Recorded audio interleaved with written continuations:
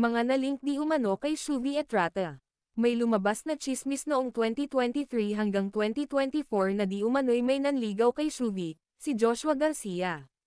Ayon sa kanya kay Boy Abunda, hindi talaga nanligaw si Joshua, nag-DM lang ito sa Instagram, ngunit hindi siya tumugon dahil, sobrang overwhelmed, siya at may iba pang prioridad sa buhay. Nilinaw ni Shuvi na hindi ito nag-level up dahil ayaw niya nang madali siyang ma-inlove.